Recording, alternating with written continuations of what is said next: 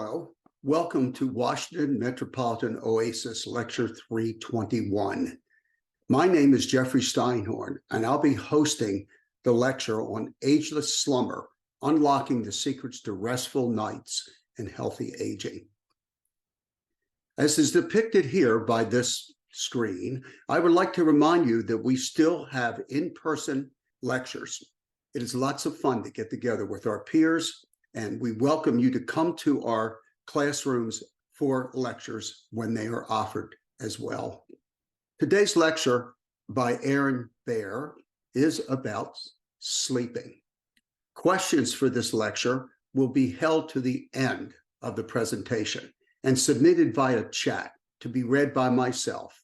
If you would like to ask a question, you can raise your hand and I will recognize you.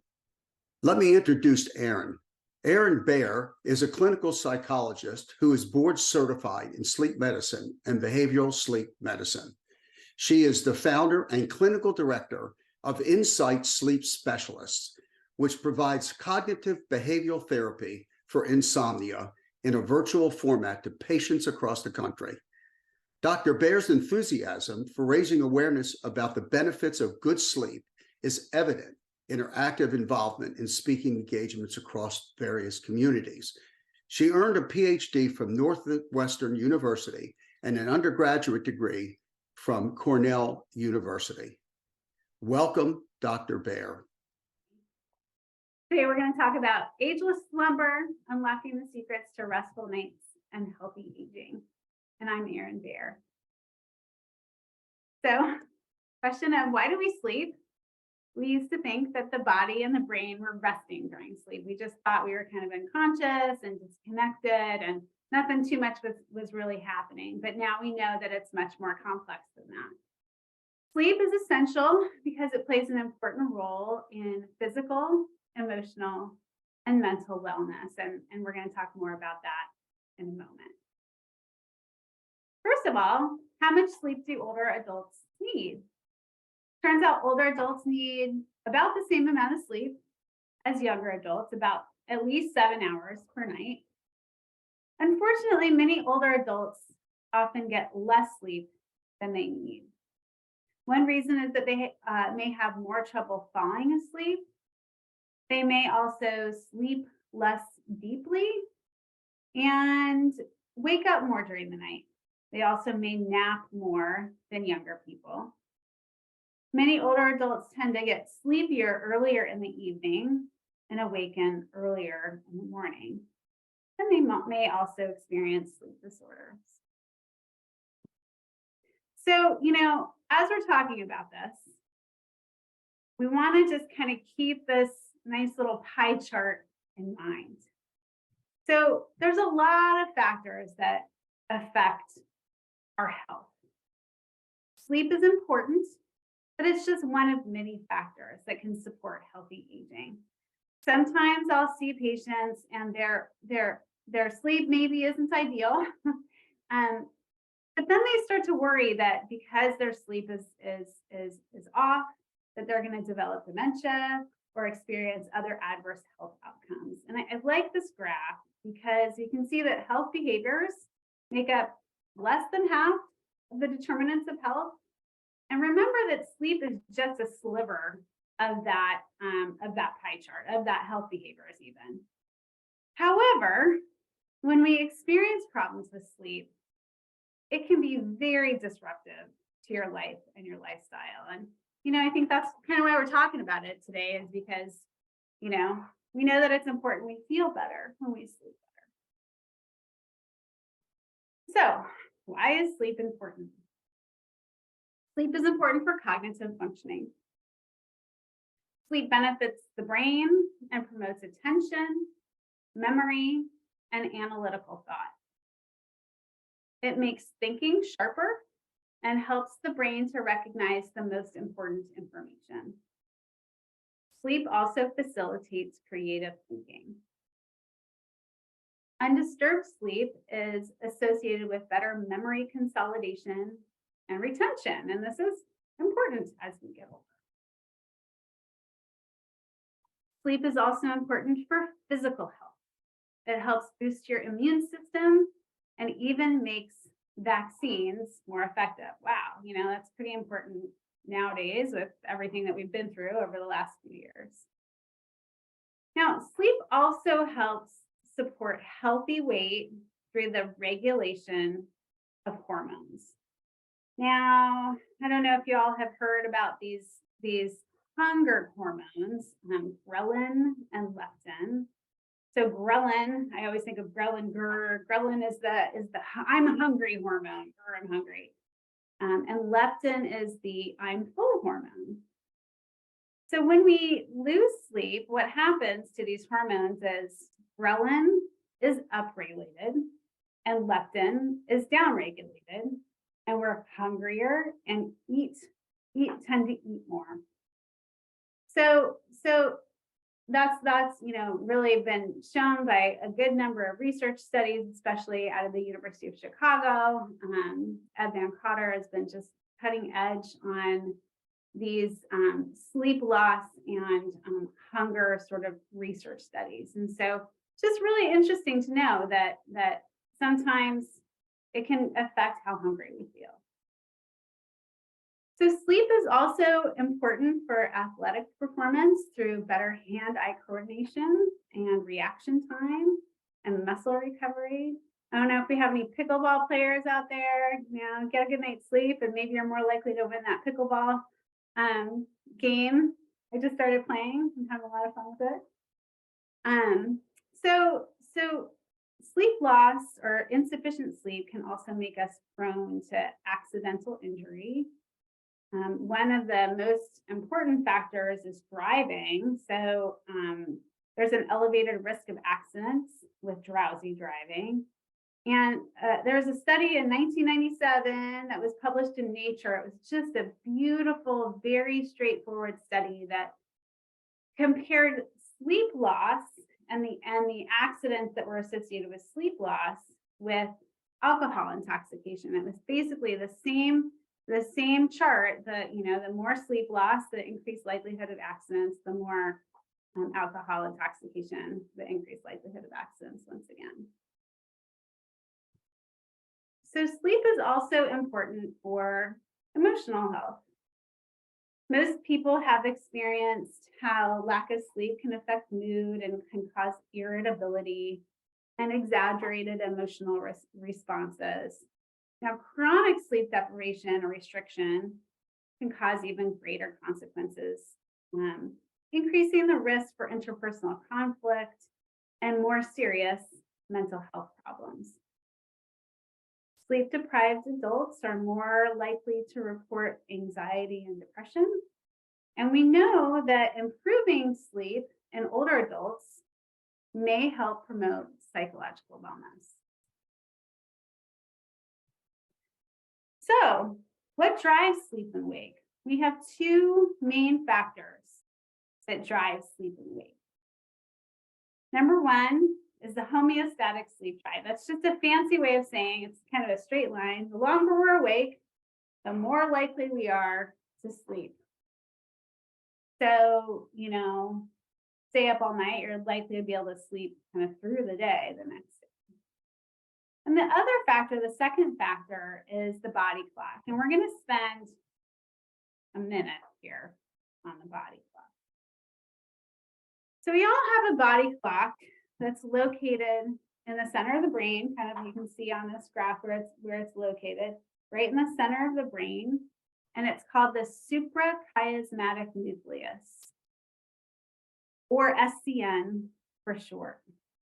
And this body clock, it runs the timing of sleep and wake. So the SCN produces melatonin. We're kind of all used to hearing melatonin. It's available in pill form over the counter. It's considered a supplement. But actually, our brain makes melatonin in this SCN. And melatonin, it starts to rise a couple hours before we would normally fall asleep, hits peak levels during the night, and starts to drop down to undetectable levels during the day. So melatonin is a marker of the body clock. And and everybody kind of has what we call a chronotype. So maybe you're kind of always been a morning person, or you've always been a night owl, or kind of never been really either, kind of an in-between or neither type. But for some older adults, the body clock can get set a little bit on the early side, so kind of becoming more of an extreme morning person. And when we have this kind of what we call a phase advance of the body clock, it can be difficult to stay up later at night and difficult to sleep in the early morning hours. So these people might be kind of falling asleep, maybe watching TV in the evening, and then maybe wake around 4 or 5 o'clock in the morning and have difficulty returning back to sleep after that. Now, sometimes the flip is true. So sometimes we have older adults who are probably maybe night owls all of their lives, that didn't really affect them very much because maybe had a job, you had to get up each day at the same time, get a little bit of bright light in the morning that kept you entrained to the rest of the world. That maybe in retirement, when you don't have those same time restrictions, maybe you start to become a more extreme night owl. So we can see kind of both of these chronotypes turning into what we would call even a sleep disorder. So how does aging affect sleep? Research has shown that as people get older, they often experience changes in their sleep architecture. So sleep architecture refers to how people cycle through different stages of sleep. So, we've heard of, light sleep, deep sleep, and REM sleep, and we don't want the whole night to be in deep sleep. Only about 20% of our night is in deep sleep. About 20% is in REM sleep. And even in young people, about half of our night is in light sleep. But as we get older, we spend a little bit more time in the lighter stages of sleep and less time in the deeper stages.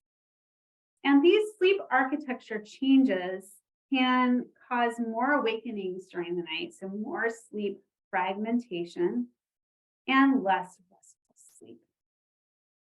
We're also more likely to nap as we get a little bit older. Now, once again, question is, why is that? Is it because the schedules become more flexible? I'm not sure. But research estimates that about 25% of older adults take naps, compared with around 8% of young adults. Now, a short daytime nap right after lunch may be perfectly awesome and beneficial. It can be a nice little way to catch up on some lost sleep. And remember, we were talking about that homeostatic sleep drive. So if you kind of maybe have a night where you've had less sleep and you're starting a little bit maybe sleepier than you would like to be, you take a little afternoon nap and you can refresh and kind of come down on that curve a little bit and be more alert during the day. Where we run into problems with naps, though, is kind of extended naps, longer than about 20 or 30 minutes, and napping later in the day. These kind of nap patterns can make it harder to fall asleep at bedtime and create nighttime sleep disruptions. We've already talked about the body clock changes, but another issue that can occur is that it can take longer to recover from changes in the sleep schedule. So like, the daylight savings starts and ends, or even with some jet lag. Like if you take a trip, maybe you go to Europe or Asia, and it's harder to adjust the clock to get there, and it's maybe a little bit harder to adjust the clock when you get back. So now we're going to talk about sleep issues, and then we're going to talk about sleep disorders. So there are some common sleep issues in older adults that we just need to be mindful of. One of those is pain. So pain can lead to inadequate rest for some older adults.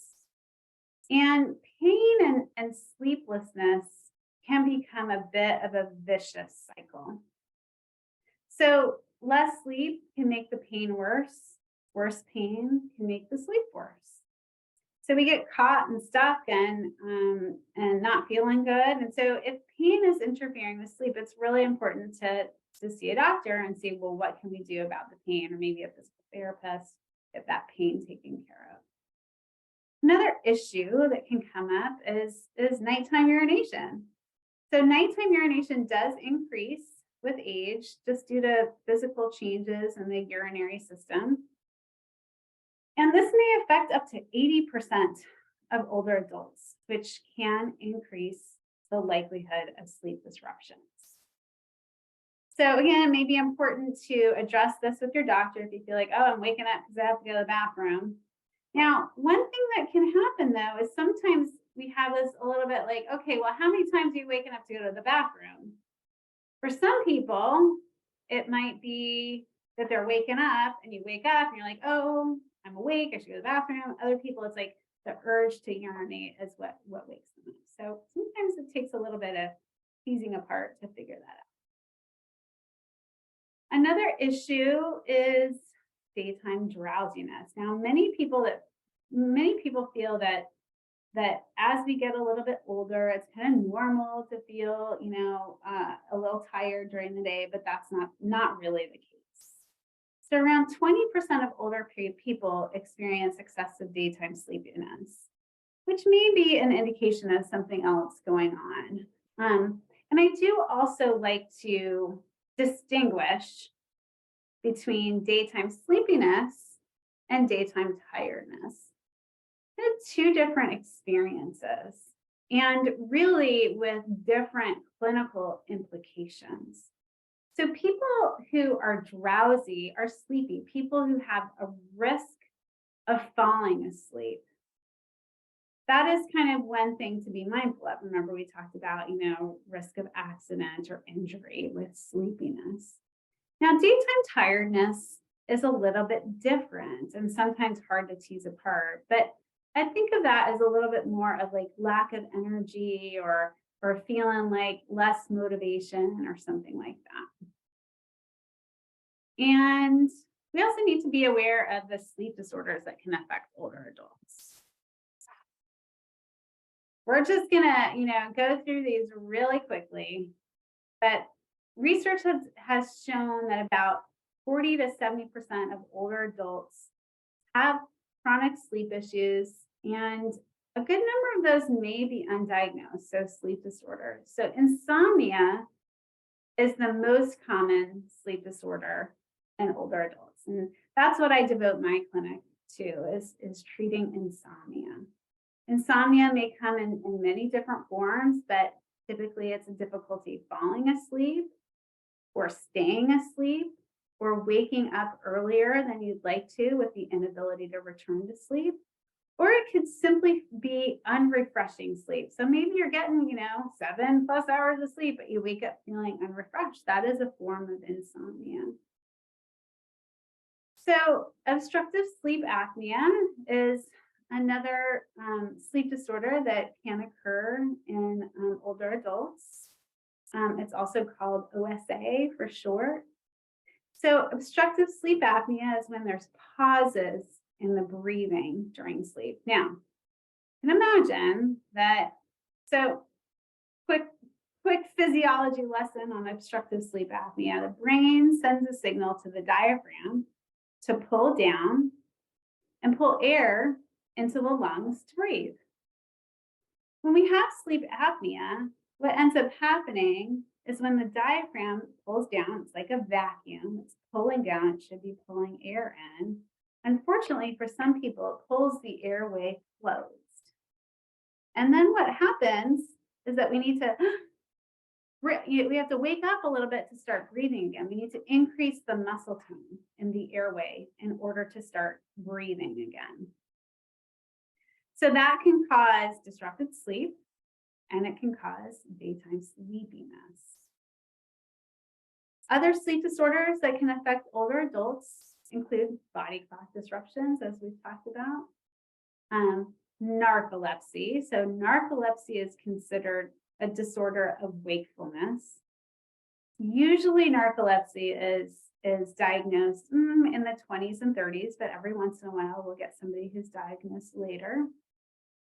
Nightmare disorders, restless leg syndrome. So that involves a strong urge to kind of move or stretch the limbs, like can be in your hands or arms or legs.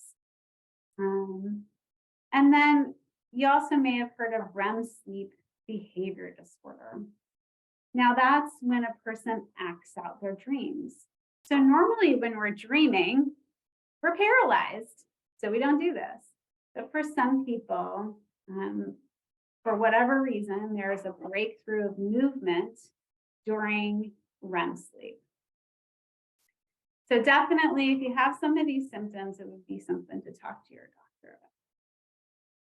So we've talked about kind of, risks and kind of incidents of this and that. And really what I want to talk next about is what's our best practices? How do we best support for sleep?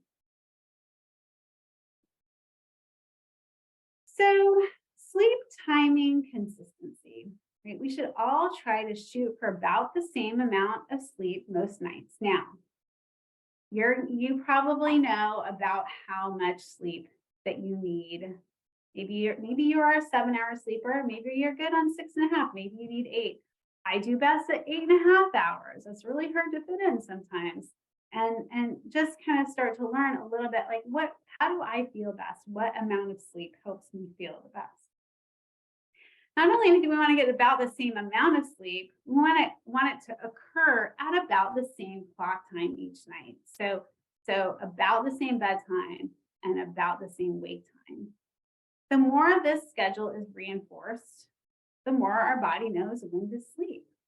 So, I spend a lot of time talking to people about consistency, sleep timing, how to support the sleep, making sure. So we set up sleep schedules, and that's important. But what about special events? So, we work so hard to get this consistency, and then something will come up. There's a wedding or concert, and wait, what do I do? Well, we can absolutely make a choice to do those things. Fine, no problem. You have a couple one-offs, or you go on vacation, you have a big weekend, maybe with some friends, kind of doing other things, and your sleep will take a hit. That's a consequence. You prioritized something else over your sleep, which is fantastic. We need to be able to live our lives that we want to have kind of a general framework that we use to help organize our sleep. Now, I thought this was funny.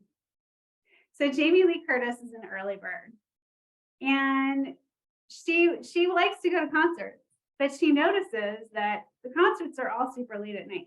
Now, not only are concerts late at night, but you get the opening act at the concert start time, and the main feature isn't coming on until like midnight. Everybody's exhausted, and it's 3 o'clock in the morning by the time you get home. Ridiculous. So she's super funny. So she says movie theaters and Broadway have matinees. Why not concerts too? So she says she wants to hear Coldplay at 1 p.m. at a concert.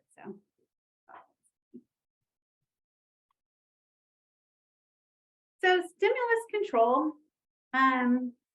This is the concept that bed is for sleep.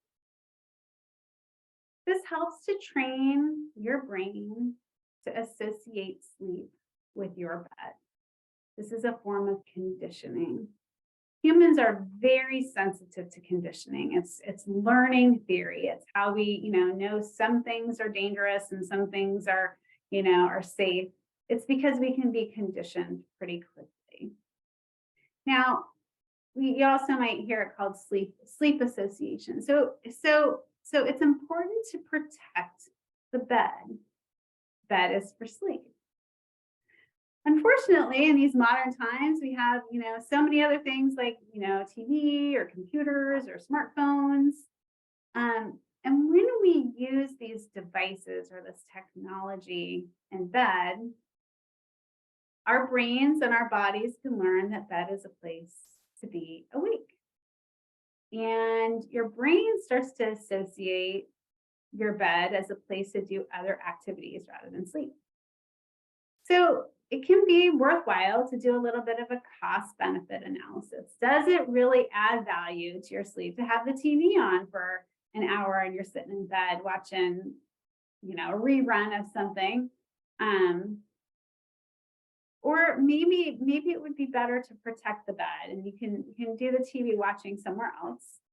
We want to try to treat the bed as a dedicated sleeping area, a place of respite. And one of the ways that we can do that is prepare for sleep. Why do we have to prepare for sleep? That doesn't make any sense. I just lie down, go to sleep. Well, maybe for some people, they can just lie down, go right to sleep. But really, I like to think about sleep in the context of history. So the sleep centers of our brain are in kind of the oldest parts of our brain. And it used to be that the sun would go down. We would have, 2, 3, 4, 5 hours after the sun went down to sort of prepare for sleep. Not purposefully. We didn't have to purposefully prepare. We just didn't have a whole lot of options. I don't know what people did. Sit by the fire, sing songs, tell stories. I'm not sure. Maybe they did a little reading or writing by candlelight, but certainly the advent of indoor lighting, which is about 100 years ago now, changed this. And so now we can do all sorts of things right up until the minute that we go to sleep. In addition, we have, all this technology, smartphones, TV, all these things. And guess what? Our brains are not adapted to sleep right after all this, indoor lighting and technology. And so one of the things that I really work on with the people that I work with is a sleep preparation, kind of a dedicated boundary or buffer of about 30 minutes at least. We're not going to expect you to do 2 to 5 hours of sleep preparation, but maybe at least a half an hour to say, look, I'm going to put everything away. I'm going to call this a wind down.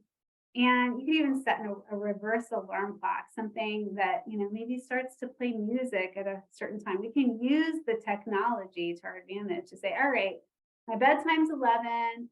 At 10:15, I'm going to set my reverse alarm. Reminds me, all right, time to turn off the TV and start the dishwasher and start to prepare my body for sleep. It should be engaging, quiet, centering activities, and ideally free of electronics. So there's a little visual aid here to help us do these types of things before sleep. Engaging, quiet, relaxing activities. Anything that might feel centering. Now, for everybody, this is different. And I love helping people come up with what's the formula, what speaks to you for your sleep preparation. Examples, we want to ideally use all of our senses if we can, do a little bit of yoga or stretching, maybe some meditation. All kinds of meditation. Probably most people are familiar with clear your mind, focus on your breathing. I think that's really hard. That's a hard type of meditation. You can train for it. I like active forms of meditation and like progressive muscle relaxation or visualization. Reading is something that can be part of a sleep preparation. Taking a shower or bath, listening to music, something soothing and meditative. Although I've heard everything. I've heard people like jazz or, spa music or 80s music. I say, as long as it's centering, whatever speaks to you. Lighting a candle, using an essential oil diffuser, having a few sips of herbal tea, washing your face with a hot washcloth, doing some diaphragmatic breathing, kind of deep breathing in through the diaphragm.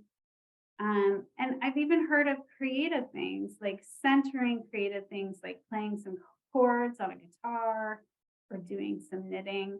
But the beauty is figuring out what speaks to you, figuring out what you find centering, and using all of your senses to prepare your body for sleep. Now, once again, some people don't need to do this. Some people who have no trouble sleeping, they just hit the bed and they fall asleep. it's when we start to sort of experience maybe some difficulties that maybe we want to start to think about sleep preparation, protecting the bed, these types of things.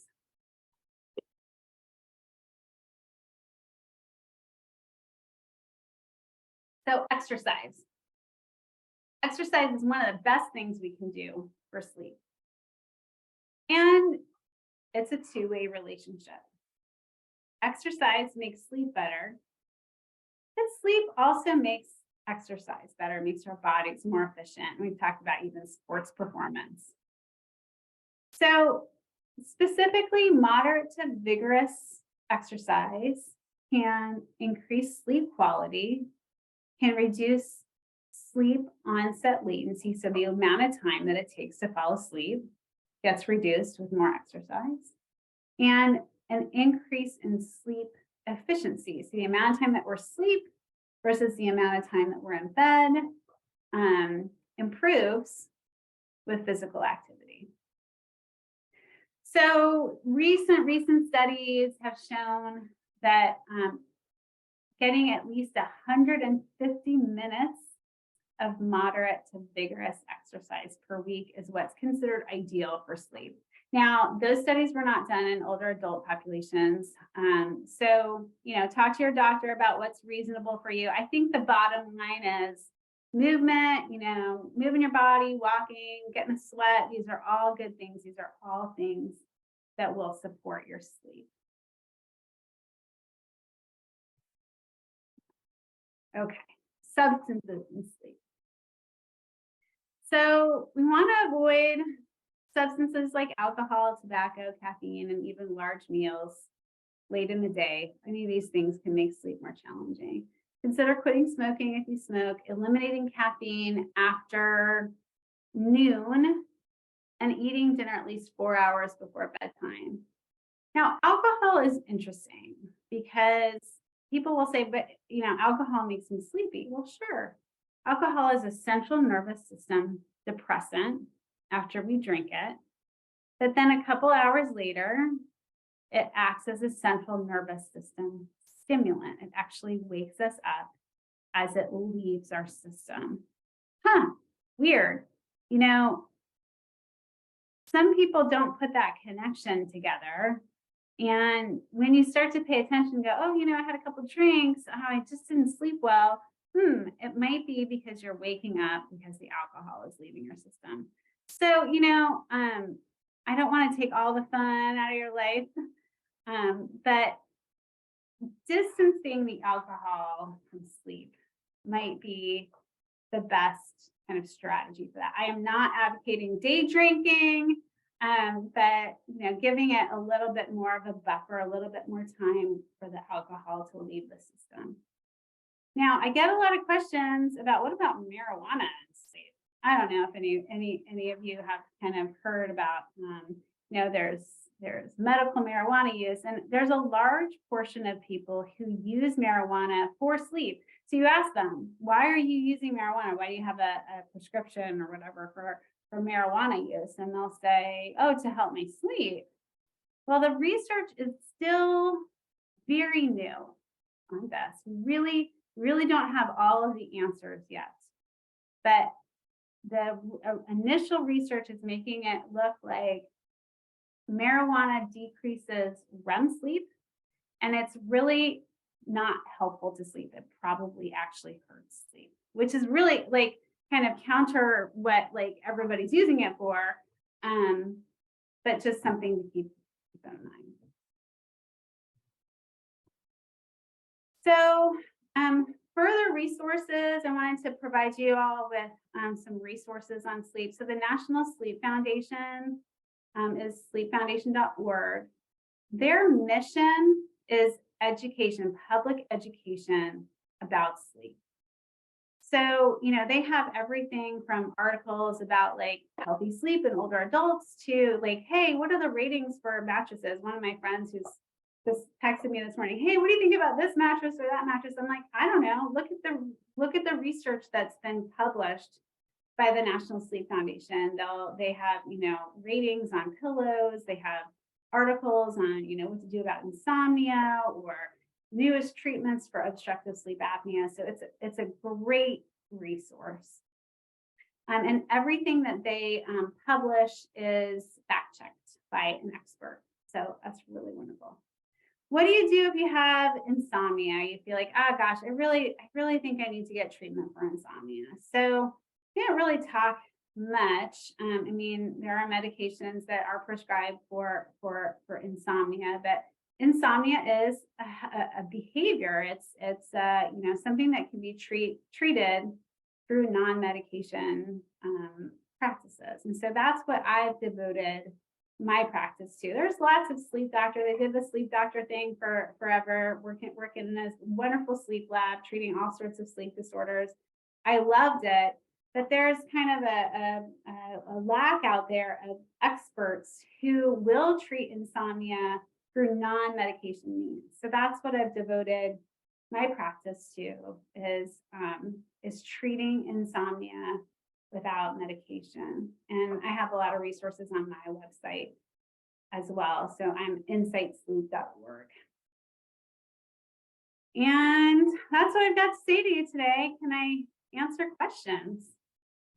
Let me look at some of the questions that have been submitted in the chat. And thank you, by the way, Erin, for your presentation. Gail wants to know, what is the role of the thyroid gland in chronic insomnia? Well, that's a good question. So what do we know about thyroid function in sleep? We're always, so if we get somebody who is complaining of tiredness during the day, or if they're complaining of kind of not being able to sleep, sort of, maybe energized, we're always going to just make sure that their doctor has done basic blood work, including thyroid stimulating hormone, T3, T4, to make sure that the thyroid is functioning properly. An overactive thyroid can cause insomnia. An underactive thyroid can cause sleepiness. So, oftentimes we'll get people coming into the lab or coming to see me for insomnia. And I'll just always reflect, hey, have you seen your doctor? Have they done blood work? Have you had your thyroid checked? That's always like that.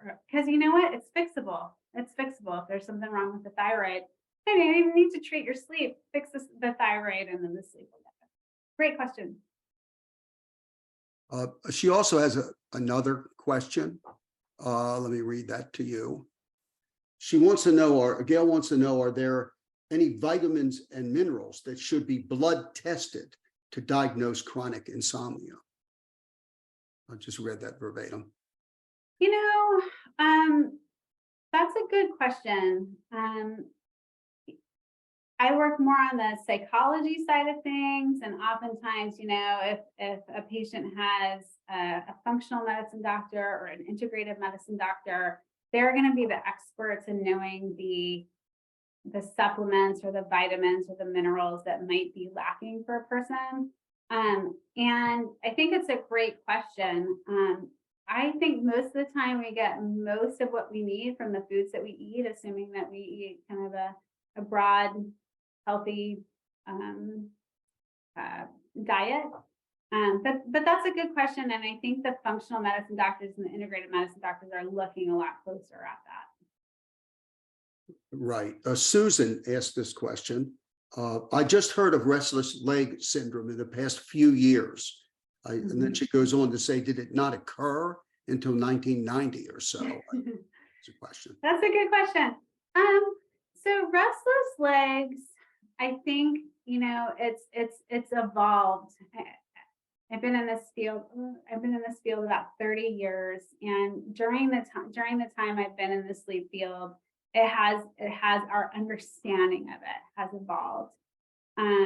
We now know that restless legs can be related to an iron deficiency for some people.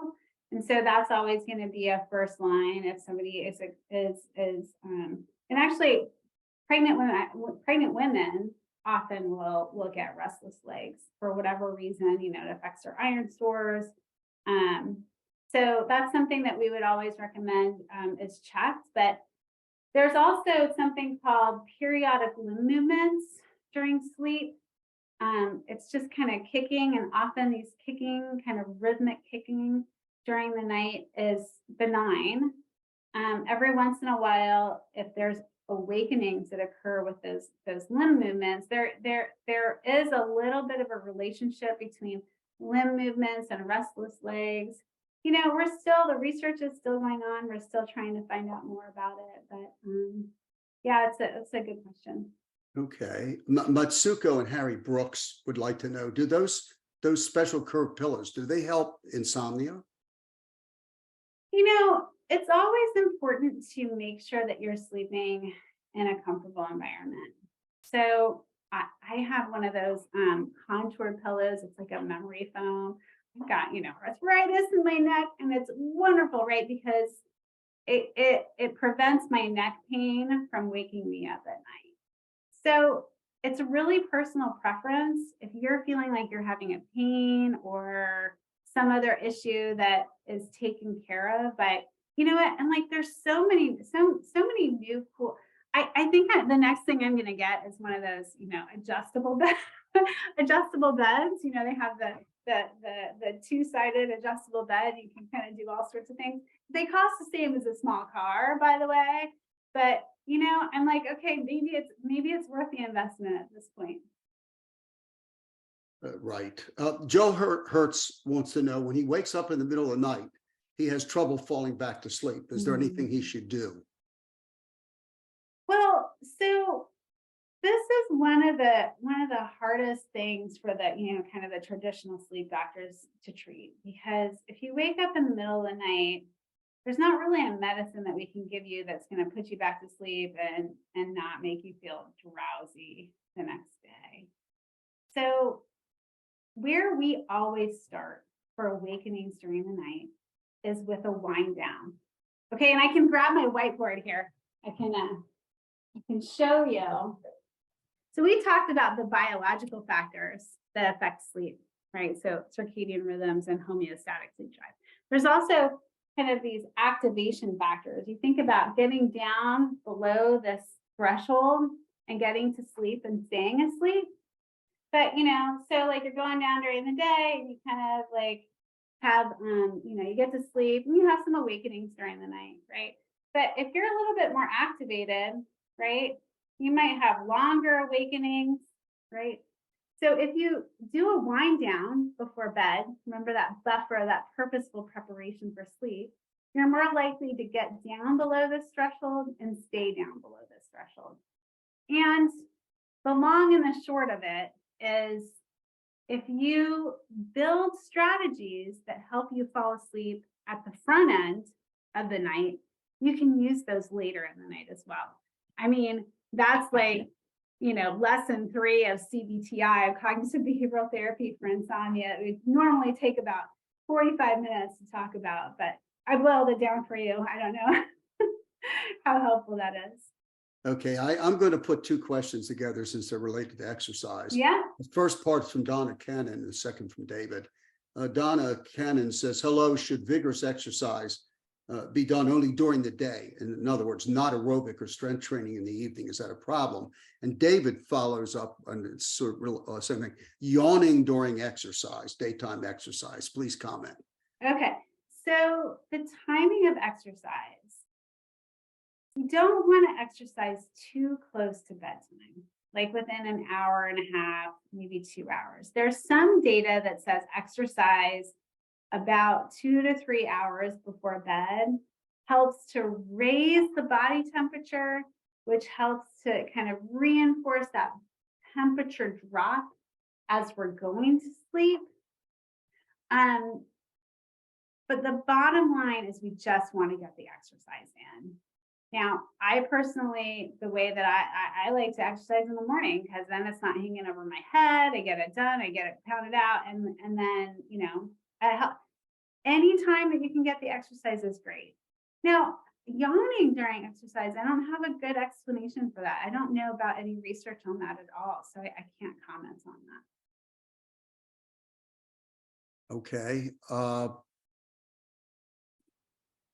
Gail has asked another question again. She wants to know what thyroid tests should be done to diagnose chronic insomnia. Well, so once again, I mean, with your primary doctor would need, so as a psychologist, I actually don't order any blood work. I'm always going to reflect back to the primary doctor to say, hey, look, make sure that you've had your thyroid checked, and they'll know kind of what their standard panel is. Usually it's a TSH, a free T4, and a T3. So those are the standard tests, but your doctor might even run a Hashimoto's, like you have an autoimmune, something going on with the thyroid. But that would be something, if we suspect thyroid, we would say, let's talk to your primary doctor. Right. Jill has a little list with slashes here, begins with CBT. But although CBD is not THC, which is the main stimulating part with marijuana, she says CBD, lavender, melatonin, magnesium. What are your thoughts for sleep? Okay.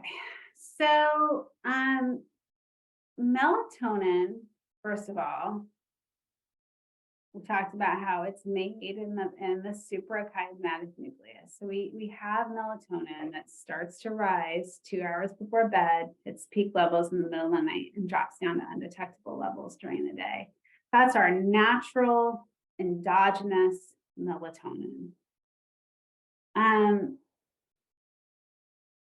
I am always cautious. So the American Academy of Sleep Medicine just came out with a consensus statement about melatonin, that it doesn't help with sleep. Now, it can be great for a circadian rhythm disorder. Now, if you have a delayed sleep phase, if you're a super night owl, we can work together and figure out how to use melatonin to help you be a little bit more in sync with the rest of the world. But so melatonin, everybody's taking it. Everybody's taking it wrong. It's probably not going to hurt you. It can make an early bird even earlier. So we have to be careful with that. It can exacerbate an early morning awakening. So melatonin, CBD. So CBD is one of those things that's just not researched yet. So CBD doesn't have the active ingredients that THC has in marijuana. It does seem to make people sleepy. And if it helps you, then it helps you. With the magnesium, magnesium, once again, is one of these things that makes people sleepy. It can have some GI side effects, so we just want to be careful with that. And what was the fourth one? It was CBD, lavender, melatonin, magnesium before. Lavender. There is research that shows that lavender is associated with better subjective sleep quality ratings. So people who use lavender in the room say that they sleep better than whatever control they use. Personally, I like more of a citrusy scent. I like that much better than lavender. Personal choice. If lavender speaks to you, then great. Okay, Donna Cannon came in. Well, again, she says she came in a little late. Anything you recommend to eat with dinner or after that might help with insomnia? Go ahead. So heavy meals too close to bed are going to make sleep worse. So when I keep meals, 3-4 hours away from sleep onset, not too heavy, not too rich. But you know what? Like sometimes you're going to do that. Great, go for it. You may have some fallout with your sleep. That's okay. That's a choice you're making. Sometimes you want to have the steak and the potatoes and the cake. As long as it's, not all the time. If your sleep takes a hit, your sleep takes a hit. That's a choice that you're making. And that's one thing that I really reinforce with the people that I work with is that, we have choices and some things are going to support our sleep and other things aren't. But when you start to look at it like that there are things that we can do to make it more likely for us to sleep better. It's empowering. Yeah, and just the alcohol was the other thing. Keep that further away from sleep as well. Right. Now she has a comment, which I can also embellish about adjustable beds. I do have one. I have one that also was a massage bed with the feet. Oh. And while I do watch television, sorry, guys, but I do, before I go to sleep in a nice, comfortable position, I can't sleep that way, so I return the bed back to flat. She says she uses it for her neck issues and it's highly recommended. Susan wants to know, does it help to sleep in a cool to cold room? Okay, so this is a little point of contention with couples, right? The research tells us that sleeping in a room that's 65 degrees is the optimal temperature for sleep. You put me in a 65-degree room, I'm going to be really mad because my nose is going to be cold all night. But that's what the research shows has been is the optimal temperature. And I lose because I don't want to sleep that cold, but that's what the research is showing us. Could you go over the signs that Jerry Solomon wants to know, the signs of sleep apnea? Oh, sure. Okay. So sleep apnea, we're going to be looking at, do you snore? All right. Does anybody tell you that you snore? Does your spouse, or when you are on vacation with, kids or grandkids, or people saying, oh, you're snoring? Loud snoring is a bigger risk factor for sleep apnea than soft snoring. Are you gasping for air during the night? Once again, you're not going to know. When you have sleep apnea, you're kind of having to wake up to do that gasping for air. You might be awake for half of a second. You will not remember it. So you really have to rely on reports of people around you. Daytime sleepiness. Okay. Risk factors. The older we get, the more likely we are to have sleep apnea. So just like wrinkles on our face, we get wrinkles sort of in our airway, and they're more likely to collapse the older we get. Large neck size, so neck size greater than 17 inches. So men, you probably know your neck size, is a greater risk factor for sleep apnea, and being male, and being a BMI, body mass index, over 25. Right. Let me say, I had mentioned it earlier, it's a type A person, and I am very detail oriented and around all the time. I personally, I watch television. When I get sleepy, I just go to sleep. But trying to prepare for it in the manner that you said, I just find it difficult to do. So am I missing out on something? Well, I mean, that's the thing. If you don't have any trouble sleeping, you can do whatever is going to work for you. It's really when we start to have issues with sleep, insomnia, difficulty falling asleep, waking up repeatedly, having difficulty getting back to sleep, early morning awakening, or waking up in the morning feeling like, gosh, I just don't feel good. I don't feel refreshed. These are all reasons why we might want to consider making some changes to the behavior that we engage in surrounding sleep. Yeah, I would say that when I wake up, I feel okay. But that leads me to ask you the following. I mean, I wake up because I have to use the bathroom. Mm-hmm. Okay. But I find that, and if I take a sleep medication, and please understand, I don't do this on a regular basis, but I might. Then I find that I can sleep the entire night and I just get up. It's like, I wonder why. Well, so remember we talked about this activation thing? So what does sleep medicine do? It decreases your activation. So it just makes it more likely for you to get under that threshold and stay there. Right. Now, here's a really loaded question that Charles Wayne brings up, and it's sort of for comic relief. That bookshelf behind you, those books on the upper case, why are we not looking? Why are they laying sideways with the titles facing up? That's decoration. These are my sleep books. From your what? These are decorations, right? But these are my sleep books. Ah, okay. Yeah. So you see, somebody observed that. Yeah. All right. Well, I would say we're getting towards the end. I don't know. Does anyone have any other questions? I have no more here that have been submitted by the chat. Anyone want to ask a question? Just raise your hand and I'll certainly allow you to unmute yourself. Anyone? No. All right. Well, that being said, I want to thank you. Thanks, everybody. Thanks for having me. Please come live to our lectures if you can do that in the future.